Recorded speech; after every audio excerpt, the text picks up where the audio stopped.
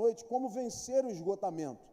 E pode ser que você não esteja esgotado, ou esteja e nem sabe, após essa palavra vai descobrir que verdade é que você está esgotado.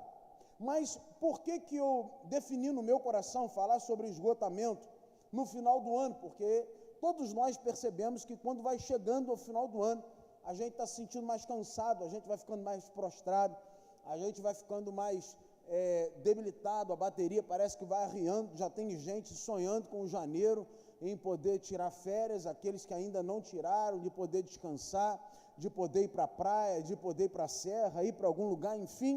Mas nós vamos falar sobre isso nessa noite, como vencer o esgotamento, né? E é isso que eu quero ministrar ao seu coração.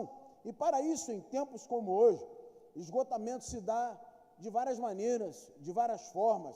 Nós temos esgotamento mental, nós temos esgotamento físico, nós temos esgotamento familiar, nós temos esgotamento trabalhístico, nós temos esgotamento de igreja.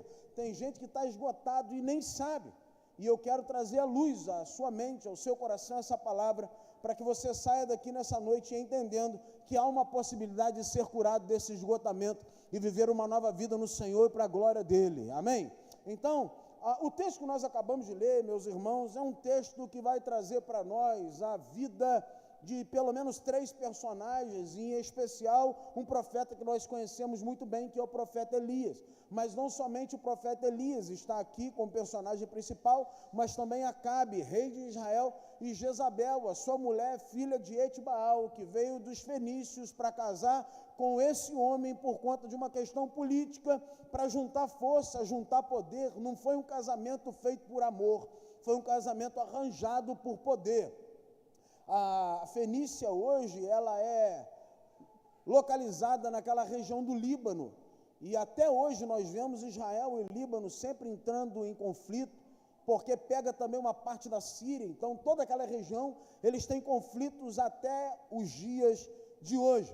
Mas eu quero trazer uma palavra ao seu coração, que olhando para esse texto, nós vamos observar esse homem, e quero lembrar quem foi Elias. Elias foi um grande homem de Deus, levantado para aplacar, literalmente, a vontade de pessoas que levantavam orações e adoração a deuses estranhos, como foi Acabe e Jezabel. A união desse casal fez com que eles começassem a adorar Baal na terra do Senhor. Eles deixaram o Senhor de lado, levantaram uma imagem a Baal, e não somente isso, também começaram a adorar a Azerá, que foi uma deusa, e deusa chamada também de deusa da fertilidade. Tudo isso porque Jezabel conseguiu deturpar na mente de Acabe de que aquele povo precisava adorar ao seu Deus e não ao Deus verdadeiro que esse povo já estava acostumado a adorar.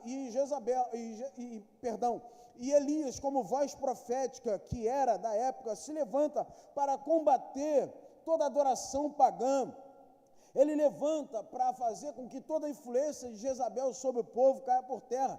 Ele se levanta para fazer com que o povo volte literalmente ao Senhor. Ele foi levantado com uma missão de chamar o povo de volta para Deus. Elias, esse homem extraordinário, foi aquele, quero trazer à sua memória alguns grandes feitos que ele fez. Elias, Rafael, foi aquele que um dia anunciou seca, disse não vai chover, e não choveu. Um homem de Deus que quando orava, que quando falava, Deus respondia, e porque Deus respondia, as pessoas tinham nele a visão de que era um grande homem de Deus, e Deus, ele tinha acesso ao céu, o céu se abria para Elias. Mas não somente isso, Elias também foi aquele que chegou na casa da viúva e fez multiplicar o azeite. Não somente isso, ressuscitou o filho da viúva quando estava morto, a viúva de Sarepta. Elias também foi aquele que desafiou os profetas de Baal no Monte Carmelo, e 450 profetas de Baal, mais outros 400, estavam lá se mutilando, pedindo que viesse fogo do céu, porque fizeram uma aposta, fizeram um voto, fizeram ali um juízo, dizendo, olha, nós vamos fazer aqui, nós vamos levantar um altar, e aquele Deus que responder com fogo, esse é o Deus verdadeiro. E aí eles estão até por volta do meio-dia clamando a Baal, clamando. Baal não responde. Elias agora diz: chega. Eles já estavam retalhados, mutilados, já estavam oferecendo o seu sangue a Baal. Esse é o pacto de sangue que a Bíblia condena. Por isso que Jesus se entregou na cruz, para que nós não precisássemos mais fazer sacrifício nenhum. Ele se fez sacrifício por nós. Essa é a verdadeira mutilação, esse é o verdadeiro marcar o corpo que a Bíblia condena, ofereceu o sangue a deuses estranhos. E aí, quando dá por volta de meio-dia, de tanto clamor, de tanto choro, de tanto andar para lá e para cá, de tanto grito, de tanta mutilação, de tanto sangue derramado e nada acontecia, Elias estava zombando já desses profetas de Baal, dizendo: olha, grita mais alto, porque pode ter sido que ele foi para a praia, pode ter sido que ele esteja dormindo, pode ser que Baal esteja numa rede e não esteja ouvindo a oração de vocês precisam gritar mais. Elias está sozinho diante de 850 profetas, e quando dá o tempo deles encerrarem o seu clamor e Baal não responde, Elias fala assim: agora sai todo mundo de perto, eu vou fazer oração ao meu Deus. Mas para completar e piorar a situação, porque você sabe que um altar, para que ele pegue fogo, ele precisa estar seco. Elias enche aquele altar de água, ele faz uma vala em volta, e ele enche aquilo de água, e ele enche de água propositalmente, porque você sabe que a água, ela é o oposto do fogo. Naturalmente, entende-se de que a água é aquilo que vai aplacar o fogo. Então Elias encharca todo aquele altar de água, encharca toda aquela vala de água, e começa a orar: ó Deus de Abraão, de Isaque e de Israel, que o Senhor envie fogo e que todos saibam que só o Senhor é Deus. Ele está orando, ele está clamando, ele está buscando, e de repente veio o fogo do céu, queimou todo aquele altar, e todos os profetas que não adoravam o Senhor, todos os que estavam ali começaram a declarar: só o Senhor é Deus, só o Senhor é Deus, só o Senhor é Deus. E o cântico do monte naquele dia foi: só o Senhor é Deus, só o Senhor é Deus. Ei, eu quero liberar uma palavra para a sua vida. Quando Deus operar o que Ele tem para operar na sua vida, na sua casa, na sua família, todos à sua volta vão reconhecer que só o Senhor é Deus. Eles podem até estar duvidando, mas eles terão de declarar: só o Senhor é Deus. Eu quero dizer: a Deus da Casa Favorita, a Deus em Resende, a Deus no Brasil, só o Senhor é Deus. Elias foi esse homem extraordinário que, quando orou, o fogo do céu caiu, ninguém tinha dúvida. E para fechar esse processo, Elias matou todos os 850 profetas a fio de espada, porque sabia que ao descer dali, a probabilidade deles se renderem ao Senhor era mínima. O voto é: quem responder é Deus. Então eles tinham que buscar, eles tinham que adorar, eles tinham que clamar a esse Deus. Elias é aquele que multiplica comida, que cura e abençoa pessoas. Elias é aquele que chamou Eliseu para ser seu sucessor. Elias é aquele que purifica a água, realiza sinais e provisão. É aquele que ora, o céu responde. É aquele que foi assunto aos céus numa carruagem, carregada por cavalos, uma carruagem de fogo. Algo extraordinário aconteceu para que ele fosse ao céu. Elias era um grande homem de Deus. Elias tinha características marcantes. Ele era zeloso pela fé verdadeira, ele tinha coragem, era um homem viril, era um homem forte, era um homem destemido, era um homem que não tinha medo do mal, ele sabia o Deus que servia. Elias era um homem que tinha uma vida de oração. Elias experimentou milagres, não somente na sua vida, mas em todo o seu cotidiano. Por onde ele passava, milagres aconteciam. Elias era símbolo da fidelidade e restauração espiritual de Israel. Elias é um grande homem de Deus, e que agora, no capítulo 19, dia seguinte do que aconteceu no Carmelo, está fugindo de uma mulher. Ora, como pode um homem que realizou tantos feitos, O dia anterior, 850 homens foram mortos por ele a fio de espada, e ele agora chega no dia seguinte, e por conta de uma palavra, de uma sentença, ele foge. Como pode agora um homem como esse, destemido, homem de Deus, um homem de milagre, um homem de palavra, um homem de oração, agora se render a uma única palavra? Pois é, meus irmãos. Quantos de nós já não tiveram sucesso, alegria plena, extravagante, num culto como esse, mas chegou a segunda-feira? Quantos de nós já não receberam uma notícia positiva num dia, mas no outro parece que o céu está de bronze e você não consegue nem justificar porque coisas acontecem e parece que roubam a nossa alegria? Mas no caso de Elias, o que aconteceu foi uma palavra dessa mulher dizendo para ele assim, como diz lá no verso de número 2, olha Elias, que os deuses me façam o que aconteceu com os profetas, se eu não fizer com você o que você fez com esses profetas lá em cima no Carmelo. Elias agora foge. E Elias não foge porque ele está com medo, Elias está esgotado. E é sobre isso que eu quero falar com você. Porque por vezes nós estamos nos movendo, nós estamos movimentando, mas a gente está esgotado e nem sabe. Elias vinha de uma sucessão de projetos, uma sucessão de milagres, uma sucessão, uma caminhada, afronta atrás de afronta. Elias é aquele homem que estava posicionado, sobretudo esgotado. E logo após uma grande vitória, ao receber a palavra de Jezabel, ele foge. E para o esgotamento, eu quero dizer a você, cuidado com o esgotamento. O cansaço é um ladrão, e nós não deveríamos jamais brincar com o cansaço. Meus irmãos, o cansaço é tão cruel e perigoso, que ele não nos permite plantar sementes de vida, nos fazendo perder o brilho da vida.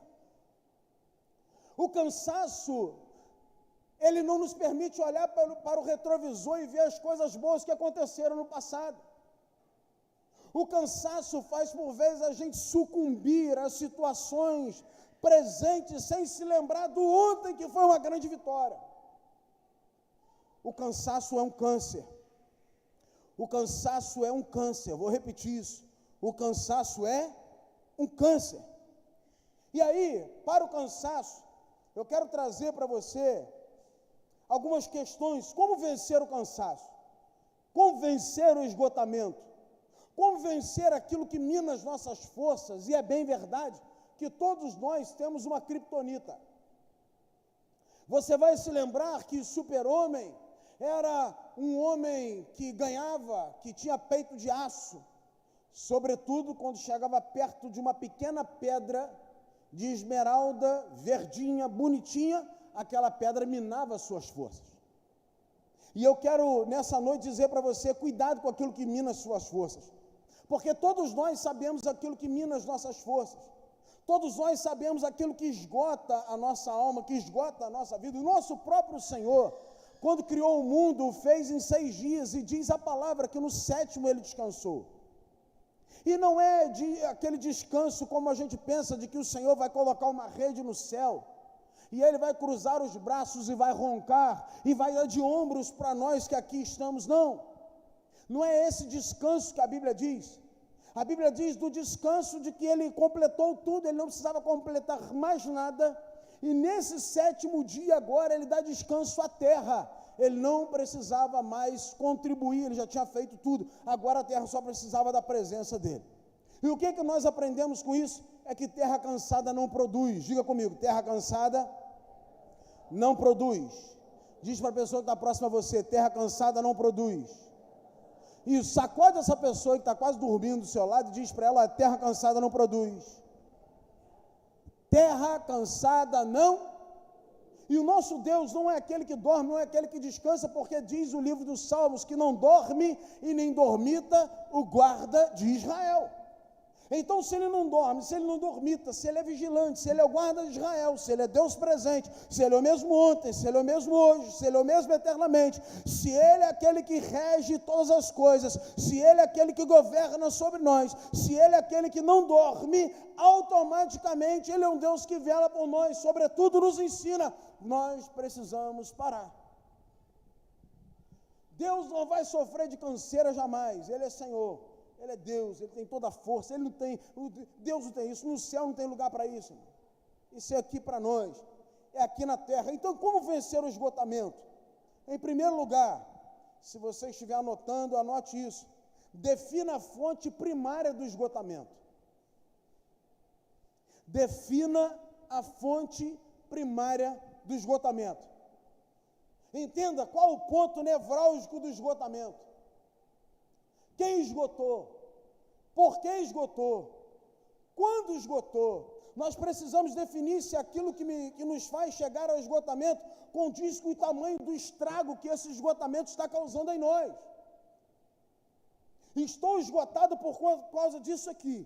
Então eu preciso pegar isso aqui, que eu digo que está esgotando as minhas forças, a minha energia, que me esgotou, que me fez gerar um cansaço a ponto de eu não querer mais nada, e fazer uma análise verdadeira para saber se isso aqui realmente tem causado todo o estrago dentro de mim. É isso que está me esgotando? Então eu vou avaliar. Se é isso que está me esgotando, isso tem poder de gerar tudo o que está gerando dentro de mim? Porque você vai perceber que por vezes o esgotamento se dá com situações pequenas. Por vezes o esgotamento se dá com situações mínimas. Preste bem atenção. Elias recebeu uma palavra de Jezabel: façam os deuses como lhes aprouver, se amanhã, a essas horas, não fizer eu a tua vida como fizeste a cada um deles. Elias pega, se levanta e foge. Pega o seu moço, vai até Berseba, deixa o moço em Berseba e ainda segue. E quando ele descansa, quando acorda, depois desse descanso de sono apenas, ele tem alimento, mas o anjo aparece e fala assim: ó, se levanta que tem mais um tanto para andar. Ele para mais um pouco, descansa, tem alimento, daqui a pouco o anjo aparece, se levanta, tem mais um tanto para você andar. Por quê? Porque por vezes nós descansamos o corpo, mas a nossa mente está trabalhando. Por vezes a gente está tão inserido no problema que você vai dormir, mas você vai acordar e o problema está ali, o esgotamento está ali, está batendo na sua porta, está dizendo o seguinte: você descansou até o seu corpo, mas eu estou presente aqui. E é verdade que tem esgotamento que não dá chance nem de você dormir, que a mente não para. A pessoa dorme, a mente está trabalhando, a pessoa dorme, a mente está acelerada, a pessoa dorme, ela não para de pensar, a pessoa dorme, na verdade ela dorme e não dorme, porque ela dorme até sonhar com o problema, ou com aquilo que a está esgotando, ela sonha. Mas olha a palavra de Jezabel para Elias: olha, que os deuses me façam. Que deuses, Elias? Quem são esses deuses? Baal, Azerá. Elias, você não se lembra do que aconteceu no dia anterior? Você não se lembra que o seu Deus respondeu com fogo? Elias, o que está acontecendo com você? Elias, você se esqueceu do que aconteceu na casa da viúva de Sarepta?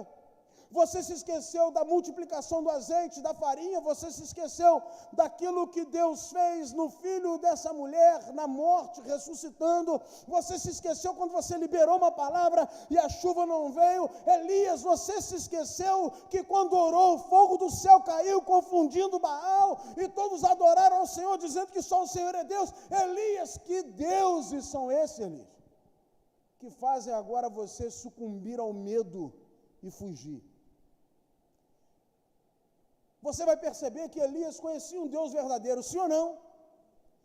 Pegue toda a trajetória de Elias que andava com Deus, sim ou não? Então, se isso é uma verdade, como que agora ele se intimida com a voz de uma mulher dizendo assim, que os deuses, que deuses? Elias sabia que o seu Deus era mais forte, era maior, era o Todo-Poderoso. Elias sabia que o seu Deus era criador, que o seu Deus era derrubador de muralhas. O seu Deus era esmagador de postes ídolos. Elias sabia que era o seu Deus, mas agora bastou uma palavra e ele fugiu. Por quê? Esgotamento. Quando a gente está esgotado, a gente não se lembra do dia anterior. Quando a gente está esgotado, a gente não tem memória. Quando a gente está esgotado, nada do que aconteceu para trás se tornou útil no momento do esgotamento. Se você fizer uma análise verdadeira disso, que hoje pode ser o seu maior problema, aquilo que esgota você. Se você fizer uma retrospectiva e avaliação verdadeira, você vai descobrir que aquilo que está causando esgotamento em você não tem poder para te minar e destruir como está acontecendo. Porém, o esgotamento, quando chega, ele vem destruindo, porque a gente não consegue fazer essa análise verdadeira. O problema é que o esgotamento nos faz ver problema muito maior do que realmente ele é. Quem aqui tem fobia de barata? Não gosta de barata? Pode levantar a mão, por favor. Tem homem que também tem fobia, não tem problema algum, irmão. Meu irmão tem 48 anos, tem fobia de mariposa. Lá na Serra tem muita mariposa, como aqui também tem, em especial na Serrinha. Mariposa entra dentro, entra não, né? Ela voa. Entra, né? Bichinha chega em casa, quando entra na sala dele, em qualquer lugar, eu falo assim, gente, não é possível. Ele vê aquele bichinho pequenininho assim, e que antigamente a gente pegava com a mão, botava para fora, o pessoal falava assim, não pode ter que ir lá lavar a mão, porque o pozinho cega. Não é verdade? Eu nunca testei, né, irmão? Sempre lavei a mão. Se é verdade, só Deus sabe. Mas entra uma mariposa, meu irmão fica assim, desesperado. Entra debaixo da mesa, olha, é um caos. Eu falei assim, não é possível um homem desse tamanho barbado com medo de mariposa. Mas eu tenho certeza, se viesse pelo menos uma baratinha voadora aqui agora, assim, ia causar algum pânico por aí, sim ou não? Ela passando pertinho de você, que ama barata. Imagina, Carol, subindo na sua perna aí agora. Eu vou até contar algo bacana que nós passamos. Nós estivemos em Cachoeiro Itapemirim mês passado, e quando a gente estava voltando de lá, eu estava com muita fome, eu e minha patroa, ela foi junto comigo, ela tem muito medo de me perder, então ela queria vigiar meus passos. E quando a gente estava voltando, paramos em Unamar, vi uma pizzaria, ela falou, você vai comer aqui? Vi uma pizzaria bonitinha, mulher cheia dessas coisas, né? Mas logo aqui, eu falei, aqui que nós vamos comer. Pizzaria arrumadinha, bonitinha, tinha o pessoal lá dentro comendo, se surpreendeu, porque a pizza realmente era sensacional. Só que tinha chovido muito aquele dia, muito, muito. Nós pegamos chuva desde o Espírito Santo de Cachoeira até Unamar. Muita chuva. E esse período agora, não sei se os irmãos sabem, é procriação de gambá. Nós entramos na pizzaria limpinha, aquele vidro grandão, a gente vendo o pessoal fazendo a pizza, pessoal muito limpo. De repente, irmãos, uma pessoa dá um grito. Ó, o gambá! Eu falei, gambá? E eu estava viajando, eu estava com tanto sono, estava com tanta fome, que eu não estava prestando atenção em nada. Eu falei, gambá? Até o tico e teco funcional, eu falei, tá onde? O gambá estava subindo na cadeira de pão, meu irmão. Ela sentada, e sim, o gambazinho veio subindo devagarinho, era um filhotinho de gambá. Bichinho bonitinho, queria até trazer para casa. Mas foi um, irmãos, você não tem noção. Quando falaram, olha o gambá, e ela sentiu uma patinha batendo no braço dela, que ela olhou, que ela viu o gambá, ela chutou a cadeira longe, saiu correndo igual uma doida. Eu falei, Jesus, traz essa mulher de volta. E aí o pessoal corre para cá, corre para lá. E aí o camarada falou assim, eu vi a hora que ele desceu. Por que não avisou, né, irmão? Provavelmente ele estava no terraço, estava ali por cima do forro, porque gambá gosta desses lugares quentinhos. Ele desceu pelo banheiro, e o cara falou assim, quando ele estava no banheiro eu tinha visto. Aí eu falei para a Pâmela, ele falou assim, quando você foi no banheiro, ele estava lá dentro com você, e você não fez esse estrago todo. E ele desceu, quando ele sentou, foi logo na cadeira de quem, irmão? Podia ter ido na minha, mas logo na cadeira de, pensa numa bichinha apavorada. Ela levantou desesperada, e o camarada saiu também, o outro da outra cadeira, ô gambá, eu falei, gente, mas por que esse apavoro todo por causa de um gambá? Mas eu agradeci muito a Deus pela vida daquele gambá, porque na hora de ir embora eles deram outra pizza pra gente, eu falei assim, gambá aparece mais vezes. Mas o desespero, quando tomou conta, ela não queria saber se era filhote, se não era, o que era, se ia morder, porque o bicho é inofensivo. Mas para quem tem pavor, não interessa. Você já viu o tamanho do gambá perto de você, irmão? Você já viu? Ainda mais filhotinho, isso aqui, ó. Um tapa nele, você joga ele longe. Agora você já viu o tamanho da barata, minha irmã, para você ter medo? É uma bichinha que às vezes tem 3 centímetros, não tem 1 centímetro de altura, e você está com medo. Ela passa, é só você pisar em cima e dar aquele barulhinho, ploc. O barulho da vitória, você não consegue contemplar. Por quê? Porque ela causa medo em você. E por que ela causa medo? Porque você não tem noção da sua força, você tem ojeriza e tem pavor. Ela tem muito mais medo que você, só que o seu medo vai fugir dela. Ela olha para você e sabe que você é enorme. Você olha para ela e sabe que ela é pequenininha, mas o seu pavor faz ver na barata algo muito além do que ela é. É verdade ou não? Por isso você foge, por isso você corre, por isso você tem medo. O esgotamento e o problema é literalmente como uma barata diante de nós. É só pisar e ouvir plot. E é gostosinho quando faz aquele barulho, não é, irmão? É gostosinho, eu gosto de matar barata. Eu não tinha nojo de barata, passei a ter nojo de barata quando fui fazer a exumação do corpo da minha avó uns anos atrás, e na hora de tirar alguns corpos que ali estavam, que a família sempre vai sendo sepultada ali, estava cheio de barata ali dentro. Eu falei, misericórdia, porque a gente tem a noção de que são vermes e tudo, mas algo que ajuda a comer cadáver é barata. Aí eu fiquei com muito nojo, por conta de doença, enfim, é um lugar, é um troço terrível.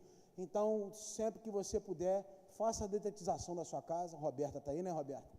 Deus te abençoe. Roberta trabalha com isso, com o marido, propaganda de graça, depois dos 10% você deposita, faz o Pix, por favor.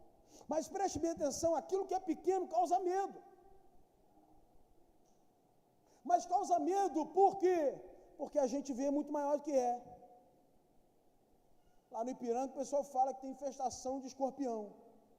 O bichinho é pequenininho. Mas quem é o bobo de botar a mão nele? Quem é o bobo de pisar nele sem um calçado apropriado? Porque sabe que ele é perigoso. Sobretudo, vê o tamanho do animal, vê o seu.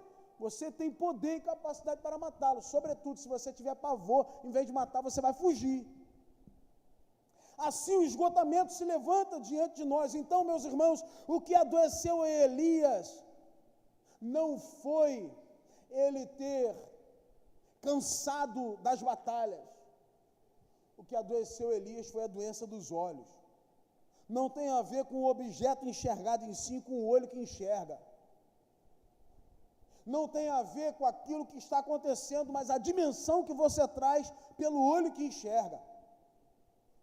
Elias foi aquele que desafiou 850 profetas, ressuscitou o filho da viúva de Sarepta, fez multiplicar a farinha, fez a chuva parar, orou, o fogo do céu desceu. Esse homem não podia ter medo, irmãos. Esse homem conhecia o céu pelo lado de dentro. O problema é que Elias pensou que era muito e descobriu que ele não era nada. O pavor e o medo são sequestradores de esperança e de alegria, irmãos. O pavor paralisa, o esgotamento faz a gente literalmente sucumbir, definhar. O nosso problema é como nós enxergamos a vida. Nosso problema é de diagnóstico. O nosso problema é encontrar a real situação. Quem esgotou? Por que esgotou? Quando esgotou? Preste atenção nesse vídeo, por favor. Tá certinho, painel? Vamos? Reduz aí, por favor, a luz para o pessoal. Vou até desligar essa lâmpada aqui. Só um minutinho. Deixa eu desligar essa lâmpada aqui para o pessoal ter bastante concentração nesse vídeo. Olha que vídeo interessante.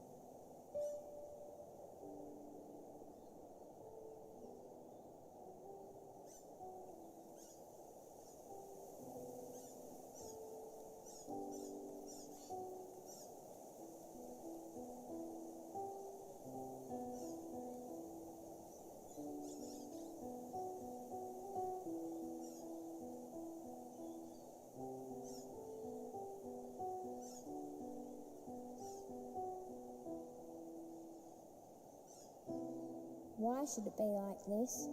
I don't know. It's not fair. Yeah, I know. There's nothing that we can do.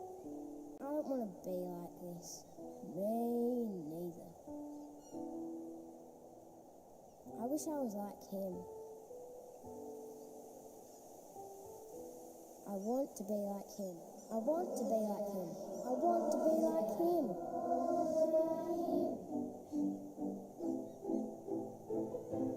Yes!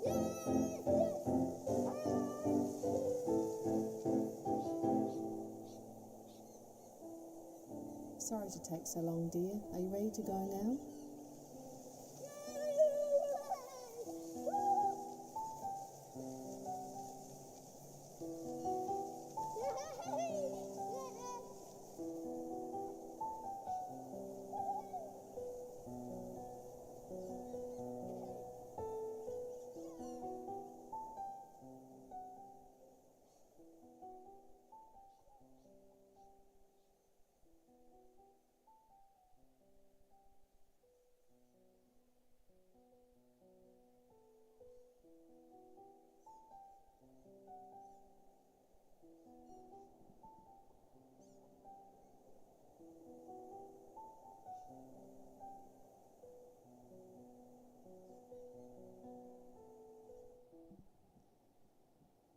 Esse livro é para esse filme, esse vídeo, esse pequeno trecho, é para mostrar para nós que o nosso problema não é aquilo que realmente está acontecendo, é a forma que nós vemos. Você vai ver um menininho que por conta de uma roupa rasgada, porque está maltrapilho, tênis rasgado, senta numa praça linda, um lugar para desfrutar, um lugar arborizado, com cachoeira, que ele podia ouvir o som, podia correr, mas ele deu mais valor que o outro tinha do que o outro era. Ele não quer saber quem era o outro, ele quer saber o que o outro tem. E porque o outro tem aquilo que ele não tem, ele deseja ser como ele. Vai para debaixo da árvore e diz, olha, pega aqueles 2 tênis e faz aquela brincadeira. Não é justo eu pagar por isso. Aí o outro tênis também diz, eu também não, eu quero ser como ele, quero ser como ele. E de repente, como num passo de mágica, tudo se inverte. Para mostrar para ele a real situação do outro menino. Que ele tinha uma roupa bonita, ele estava bem arrumado, estava com o cabelo ajeitado, sobretudo tinha pernas e não podia andar no melhor lugar que ele estava. O problema do menino não era o tênis, o problema do menino era a roupa. Ele estava no melhor lugar, ele estava no parque, sobretudo ele desejou do outro aquilo que os seus olhos viram. A doença do menino estava no olho, a doença do menino não estava em algo que extrapolava a sua pele, não, estava dentro de si. Eu quero ter um tênis melhor, eu quero ser como ele. Quer? Então vai para a cadeira de roda. E quando ele está na cadeira de roda, ao sair do parque, a sua acompanhante o leva embora, ele está fazendo força para levantar. Só que o outro, tudo o que queria, ele não estava importando com a roupa. O outro não importava com o tênis, ele não estava nem aí para isso. Quando trocam-se os papéis, o outro está correndo em meio parque, celebrando, porque agora ele tem sentido da vida, a vida agora é tudo que ele tem, agora ele pode andar, agora ele pode correr, agora ele pode celebrar, enquanto o outro deveria estar fazendo isso e não fez. Agora o que recebeu o dom, na verdade, nesses papéis invertidos, começa a celebrar, porque ele pensa, eu não quero mais saber da calça, eu não quero saber do tênis, eu quero é celebrar, eu posso andar. Nosso problema está no olho, irmãos. Está na forma que a gente enxerga. Está na forma que a gente encara. Se o nosso problema é a forma com que enxergamos a vida, então nós precisamos avaliar a fonte desse esgotamento de forma coerente e verdadeira. É razoável esse questionamento? Será que é por aí mesmo? Será que esse é o caminho? Então quem esgotou? Avalie o esgotamento. Então, em primeiro lugar, defina a fonte primária do esgotamento. Segundo lugar, para vencer o esgotamento é necessário se retirar. Tem que ter retiro, irmão. Tem que ter descanso. Você não se retira para se esconder, mas para se ressignificar. O verso 3 e 4 diz: Temendo, pois, Elias aquilo que Jezabel havia dado de sentença a ele, dizendo que ele iria morrer, levantou-se para salvar a sua vida e se foi, chegando a Berseba, que pertence a Judá, e ali deixou o seu moço. Ele mesmo, porém, se foi deserto de um caminho, a caminho de um dia, e veio e se assentou debaixo de um zimbro, e pediu para si a morte, e disse: basta, Senhor, toma agora esse teu servo, porque eu não sou melhor que os meus pais. E há pouco tempo você ouviu a minha esposa pregando, dizendo que os bons se cansam, até os bons se cansam, e é uma realidade. Porque aqui você está vendo Elias, na verdade, esgotado depois de um dia de vitória anterior. Ele olha para a vida e não consegue enxergar o retrovisor do que Deus fez no dia de ontem. E talvez você esteja aqui não conseguindo enxergar literalmente o que Deus fez na sua vida ainda esse ano. E eu sei que esse ano foi um ano desafiador para muitas pessoas. Né, Marcão? Cair de um telhado, bater a cabeça, quebrar o punho, depois quebrar a perna. Não é fácil. Cair, bater a cabeça, ter um AVC, ficar debilitado, não é fácil. É, Jeremias? Perder um pai não é fácil. Essas são as nossas histórias, mas tem também a sua história. Mas eu quero dizer para você que quando Deus está na nossa história e a gente aprende a confiar nele, Deus muda a nossa história e ele faz com que a gente tenha sentido mesmo em meio à dor.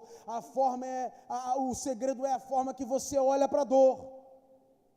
Porque se a gente pega a Camila 2 anos atrás e o ano passado era uma menina que estava batida, uma menina com semblante caído, uma menina frustrada porque queria ser alegre mãe de filhos e não conseguia. Sobretudo quando a ótica muda, quando Deus sara o coração, quando Ele vem com o bálsamo de Gileade, Ele agora está apto para gerar no ventre dela a maior alegria da sua vida. E agora ela pode celebrar porque o tempo de vergonha, o tempo de dor, o tempo de choro acabou. Mas é preciso mudar a ótica, porque quando a gente não muda a ótica, a gente fica preso no passado. E guarde isso, quem está preso no passado e não aproveitou para ir lá resolver o problema com o passado, não tem perspectiva de futuro. Por vezes a gente fala assim, tem que abandonar o passado, tem que esquecer o passado. Tem, irmãos, mas passado precisa ser resolvido, precisa ser solucionado. Passado que não foi resolvido, que não foi solucionado, se você não teve a capacidade de ir lá e resolver o problema lá atrás, ele vai te perseguir. Números 32, 23 diz, o teu pecado te há de achar. Lucas 4,13 diz, passadas que foram todas as tentações de Jesus, ausentou-se dele o diabo até a ocasião oportuna, ele sempre volta. Se a gente não resolve o problema com o passado, o problema do passado resolve a gente. Então, em segundo lugar, para vencer o esgotamento é necessário se retirar. E para que eu me retiro? Para me ressignificar. Quando eu me retiro, eu vou para um lugar onde eu não preciso usar capa, nem máscara. Eu não sou mais um personagem, sou eu de verdade. Até porque tem tanta gente, meu irmão, batendo cabeça, porque não conseguiu resolver os seus problemas, já mudou de igreja, já foi daqui para lá, já veio de lá para cá, já mudou de casa, já mudou de carro, já mudou de cabelo, está quase mudando de sexo. Mas não resolve o problema. Por quê? Porque não tem nada a ver com a mudança, tem a ver com aquilo que precisa ser resolvido no olho, na forma que enxerga. Então, guarde isso na tábua do seu coração. Quem quer fazer por muito tempo, precisa parar por um tempo. Você precisa parar, você precisa se retirar, você precisa descansar. Meu irmão, você que é casado, de vez em quando você tem que dar um rolezinho. Vai dar uma corrida, vai jogar bola com os amigos, vai caminhar. Para onde? Não sei. Mas de vez em quando você precisa disso. As mulheres precisam disso. Eu me lembro quando tinha moto de estrada, de vez em quando eu falava com Pâmela, vou dar um rolê, ela onde? Não sei. Eu sumia, estou mentindo? Que saudade. Estou precisando comprar outra moto. Quando eu tinha moto de trilha, irmãos, eu saía de casa no sábado, 5 horas da manhã, uma geladeira em Teresópolis, a gente ficava no meio do mato o dia inteiro, só chegava em casa às 7 horas da noite, sem comida, sem nada, cheio de barro da cabeça, a planta dos pés, com uma fome, mas alegre, feliz, esgotado fisicamente, porque tudo aquilo que me sucumbia na mente tinha ficado lá no meio do mato da trilha. Entendeu, irmão? Você precisa se retirar. Fala para a pessoa assim, dá um tempinho para você mesmo, dá um tempo para você. A gente precisa disso, irmão. Tem tanto lugar bacana aqui na nossa região. Vai para dentro de uma piscina dessa, nada para lá, nada para cá, se esgota, corre. Vai para aquele ecoparque, faz uma loucura, pula dentro daquele lago. Brincadeira, não pula não, irmão. Depois o prefeito vai dizer que fui eu que mandei. Vai na serrinha, não, faz alguma coisa. Mas o retiro, ele é essencial. Romanos 12:11 diz, quanto ao zelo, não sejam preguiçosos, sejam fervorosos de espírito, servindo ao Senhor. Glória a Deus, mas como ser fervoroso, cansado? Como ser fervoroso, esgotado, sem conseguir olhar para a vida com perspectiva de vida plena?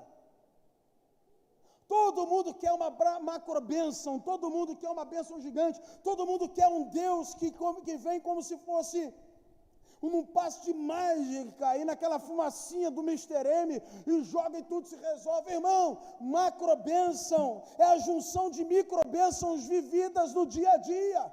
É a pequena bênção de hoje, com a pequena bênção de amanhã, com a pequena bênção de depois de amanhã, com a pequena bênção de quarta-feira, que vai me fazer chegar no domingo dando glória a Deus e cantando o hino da vitória. Então não desperdice aquilo que Deus está fazendo em você hoje, porque a micro bênção de hoje será juntada para você ser macro amanhã. E o retiro, meus irmãos, é necessário por algumas razões. Primeira, para que a gente tenha tempo para nós. Deixe-se em paz por um tempo, irmãos. Aprenda a ter um tempo para si, de meditação, contemplação, oração, autopercepção, autoanálise. Qual é o problema da gente ficar a sós? É que a gente está tão sem estima, tão sem perspectiva, a gente está tão doente dos olhos, tão cheios de nós mesmos, que nós não conseguimos ficar conosco mesmo por muito tempo. O problema não é o outro, o problema somos nós. A pessoa fica sozinha, ela não consegue se suportar. O tico e o teco ficam se batendo ali o tempo todo. As vozes não param. Você está no paraíso. Você está no lugar de nascente. Você está no lugar de águas de descanso, de pastos verdejantes, sol brilhando, mas você não consegue ficar com você mesmo, porque está cheio de amanhãs dentro de si. E quando a mente está deturpada a esse ponto, a gente não consegue descansar. Meu irmão, se você não consegue ficar com você, imagina quem está do seu lado te suportar. Só que a gente às vezes não consegue enxergar isso, o problema está sempre no outro, porque a nossa doença é dos olhos. E é mais fácil então, Rafael, a gente condenar aquilo que está à nossa volta, em vez de ter uma autoanálise. É mais fácil a gente subjugar, criticar aquilo que está à nossa volta, do que ter uma autoanálise. E quando isso acontece, da gente não conseguir ficar com a gente mesmo, da gente não se permitir ter um tempo de paz, daí a nossa presença se torna mais indesejada que qualquer presença. Por isso a gente passa mais tempo em grupo, por isso a gente passa mais tempo na internet, por isso a gente passa mais tempo em bando, por isso a gente passa tanto tempo enfiado um na casa do outro, que a gente não consegue lidar com a gente mesmo. E Salomão nos ensinou no livro de Provérbios, olha, não demores a tirar o pé da casa do teu irmão, para que ele não se canse de você. Até a Bíblia tem resposta para tudo, irmãos. A gente não consegue, a gente vai criando um mecanismo, que a gente não consegue ficar sozinho com a nossa mente, com a gente mesmo. Irmão, seja quanto tempo você não para olhar. Vou dar um exemplo, a gente tem coisas extraordinárias aqui na nossa cidade. Vai naquele ecoparque, meu irmão, cedo, ou então no final da tarde, senta naquele banco sozinho, leva mulher, não leva cachorro, não leva periquito, leva filho, não leva ninguém. Vai você, senta lá e fica olhando para aquele lago, olha para o nada. Mas fica ali quieto, em silêncio. Procura ouvir a voz dos pássaros, o canto dos pássaros. Procura ouvir o barulho do vento. Procura ouvir seu coração. Procura ouvir a voz de Deus. Você consegue? Pastor, não consigo, você precisa exercitar. O retiro vai fazer bem para você, irmão. Retiro vai fazer bem para você. Pega uma bicicleta, sai andando, vai lá para aquele lado de Arepeí, vai lá na Tia Hilda, toma um café daquele e volta. Faz alguma coisa, mas oxigene a sua mente. Eu preciso me retirar para ter um tempo para mim. Isso é amor próprio, é ressignificância. A falta de descanso é a somatização de cansaço e de excessos, de crises de mim. Esse é o esgotamento. Elias não estava cansado, Mariana, das vitórias. Elias não estava cansado, Grilo, do agir de Deus. Elias não estava cansado, Selma, de ver as maravilhas do Senhor através da sua vida. Elias estava cansado dele. Então, por que eu preciso do retiro? Para que eu tenha um tempo comigo, para eu me ressignificar, para eu olhar a vida da forma que realmente ela é, da forma que ela se apresenta, para que eu tenha um tempo para mim. Segundo lugar, para que eu tenha tempo para Deus. Terceiro, para que eu tenha tempo para os outros, para os meus, para a minha casa. A gente está tão cansado que tem pai que chega em casa, o filho quer brincar e o pai fala, eu não posso brincar porque eu estou cansado. Por vezes ele entra no chuveiro, toma banho, nem jantar janta, ele capota, porque ele está esgotado e não é do trabalho, ele está esgotado do dia a dia, dos afazeres, do peso que ele carrega, de sustentar a casa, de sustentar o filho, de sustentar a mulher. Ele está esgotado porque ele não parou. A mulher está esgotada de guardar a casa, de limpar a casa, de esperar e aquilo que espera não acontece. Ela está esgotada dos afazeres, do trabalho, o dinheiro que não chega, o divórcio que está batendo a porta. Não cansa, irmão? Quanto tempo você não dá um grito? Quanto tempo você não extravasa? Quanto tempo você não tem um tempo para você? Quanto tempo você não tem um tempo para Deus? Quanto tempo você não tem um tempo para os seus? O retiro, ele se faz necessário,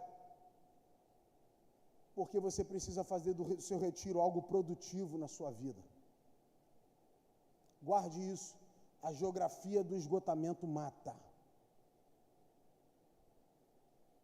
Você pode estar lá em cima, irmão, no Parque Nacional do Itatiaia, ninguém te vendo. Mas você está tão esgotado que você está morrendo sem perceber. Você está tão cansado, sucumbido, sem força. Porque é prova de Enem, porque é prova de vestibular, porque é prova da escola, porque eu tenho que sair, porque meu pai me apertou, porque minha mãe fez isso, porque eu tenho que fazer, porque eu tenho que tirar nota, porque o outro tirou 10 e eu não tirei 10, eu sou burro, eu não sou burro, não consigo falar, o outro fala inglês, eu não falo, o outro fala japonês, eu não falo, e eu vou me cobrando, porque o tênis que eu quero não é o furado que está no meu pé, porque não me importa andar, eu prefiro a roupa bonita. Então a nossa doença está nos olhos. Sim ou não? Agora perceba, Elias vai para o retiro. Ele foge, está cheio de si. E olha o que Elias diz, verso de número 14.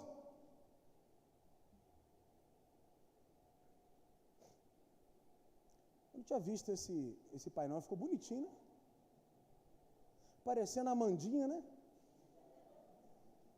Ela não está aí hoje não, né?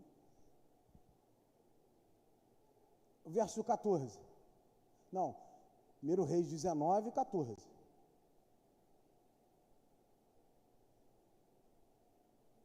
Isso. 1 Reis 19, 14. Fica tranquilo, tá, gente? O pessoal está em treinamento, né? Por isso. Essas coisas acontecem. Não, 19, 14. Esse é 14, 14. 14, 19. Ah, está quase. Aí, vamos dar uma salva de palmas para quem está lá em cima, não sei quem é não.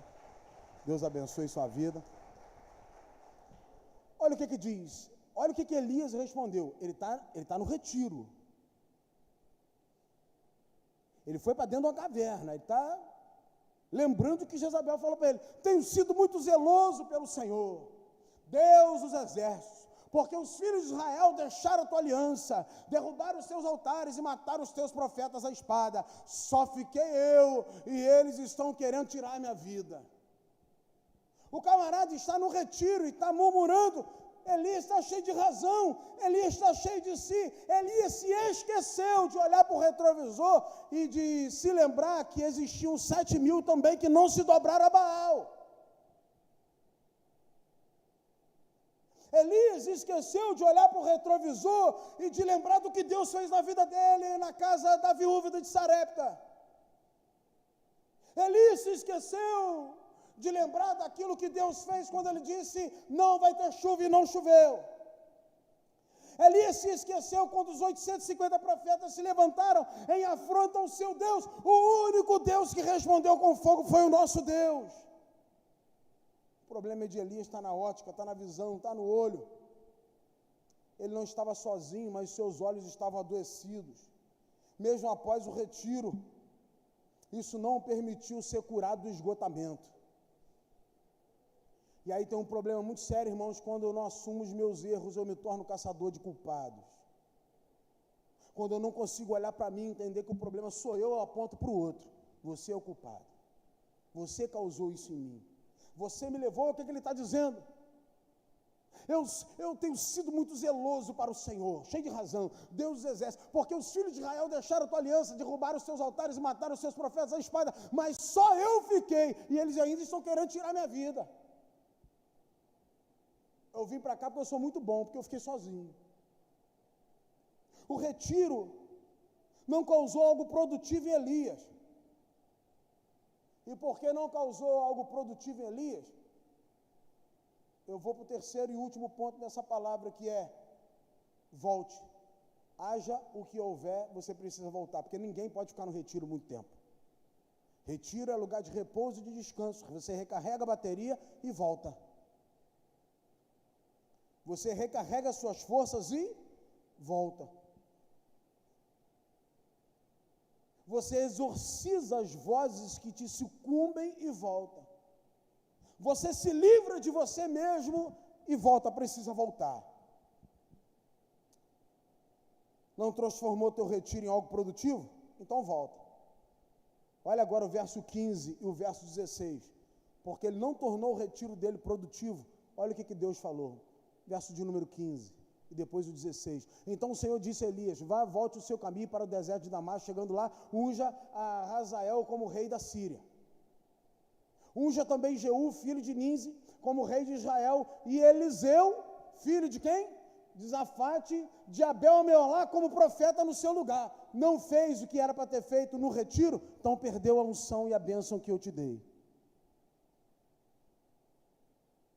Não aprendeu a se ressignificar, não aprendeu a olhar para a vida com perspectiva de futuro, não aprendeu a resolver os problemas do passado, continua apontando ainda para os outros. Pois é, então eu vou ter que levantar outro no seu lugar, porque a obra não pode parar. É forte isso aqui, né, irmãos? Às vezes a gente lê a história de Elias, a gente não percebe os detalhes que a palavra nos proporciona. E por conta disso, Eliseu foi ungido profeta no lugar de Elias. Um futuro de glória tem início quando a gente volta ao passado, não tratado, mas eu me reconcilio com ele. Eu vou lá para resolver o problema. Porque não é a dor que me causa, é a forma que eu enxergo o tamanho da dor, que por vezes o Senhor já liberou sobre mim um bálsamo de Gileade. Sobretudo eu vejo a dor como algo intransponível, eu não consigo ir lá resolver, mas o Senhor está dizendo para alguns aqui nessa noite: talvez você seja uma pessoa que precisa voltar para recuperar, para tratar, para resolver, para reconciliar, para você conseguir viver, senão o seu futuro está fadado ao fracasso. Faça da sua história passada um sentido para o futuro, meu irmão. Eu quero terminar essa palavra: não existe futuro para quem rompeu com o passado e com ele não se reconciliou. Se você quer felicidade, você precisa entender que vai passar pela autoanálise. Faça literalmente uma crítica pessoal. Por que estou esgotado? Quem me esgotou? Por que me esgotou? Descubra a fonte primária desse esgotamento. Segundo lugar, se retire. Faça desse retiro algo produtivo na sua vida. E terceiro, volte. Não dá para ficar preso em Nárnia. Tem que voltar, irmãos. Não dá para ficar na praia a vida toda. A maresia consome, corrói, tem que voltar. Não dá para ficar no alto da montanha o tempo todo, o sol é escaldante, o frio da noite também é latente, tem que voltar. Mas quando você volta, fazendo do seu retiro um lugar produtivo, você volta para o lugar de abrigo, você volta para o lugar de refrigério, você volta para o lugar que Jesus também nos ensinou: vinde a mim todos aqueles que estão cansados e sobrecarregados, e eu vos aliviarei. Talvez o seu retiro seja só ir para Jesus nessa noite.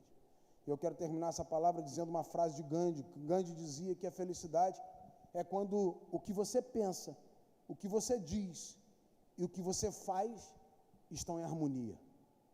Se aquilo que você pensa, se aquilo que você diz e aquilo que você faz está em harmonia, isso é felicidade. Enxergue a vida com os óculos corretos. Tira a doença dos seus olhos. Você vai ver que você tem muito mais motivo para agradecer do que para reclamar. Se coloque em pé, por favor.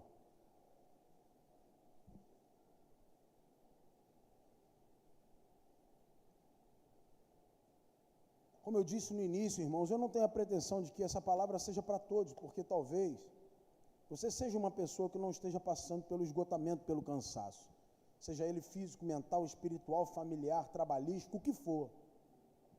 Mas é bem verdade que pode ter alguém aqui nessa noite cansado. E esse cansaço, esse esgotamento está carcomindo você.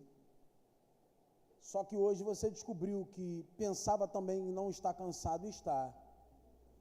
Eu não sei se essa é a sua realidade. Mas se você se encontra cansado, eu quero apresentar a você o altar do Senhor. Porque não tem lugar melhor para a gente estar cansado do que em Jesus. Ele disse: vinde a mim, se vocês estão cansados, sobrecarregados, eu vou aliviar o fardo de vocês. É só vocês tomarem sobre vocês o meu jugo, que é suave, e o meu fardo, que é leve. E aprender de mim, disse Jesus, que sou manso e humilde de coração. Jesus está dizendo o seguinte: eu vou tirar o peso de cima de você, e além de tudo, vou te dar a humildade de entender que a vida não se para pelo problema de hoje. Tem muita coisa boa que aconteceu no passado e coisas ainda melhores que ainda virão no futuro. Eu só preciso fazer uma análise verdadeira do momento que eu estou vivendo. Então eu quero orar por você e abençoar a sua vida nessa hora. Se você deseja colocar no altar do Senhor a sua vida, o seu coração, o seu cansaço, o seu esgotamento, eu quero convidar você para vir para o altar. Irmãos, essa palavra, em primeiro lugar, eu vou ser muito sincero aos irmãos, essa palavra é para mim. E eu vou me ajoelhar no altar, e se você quiser vir orar pela minha vida,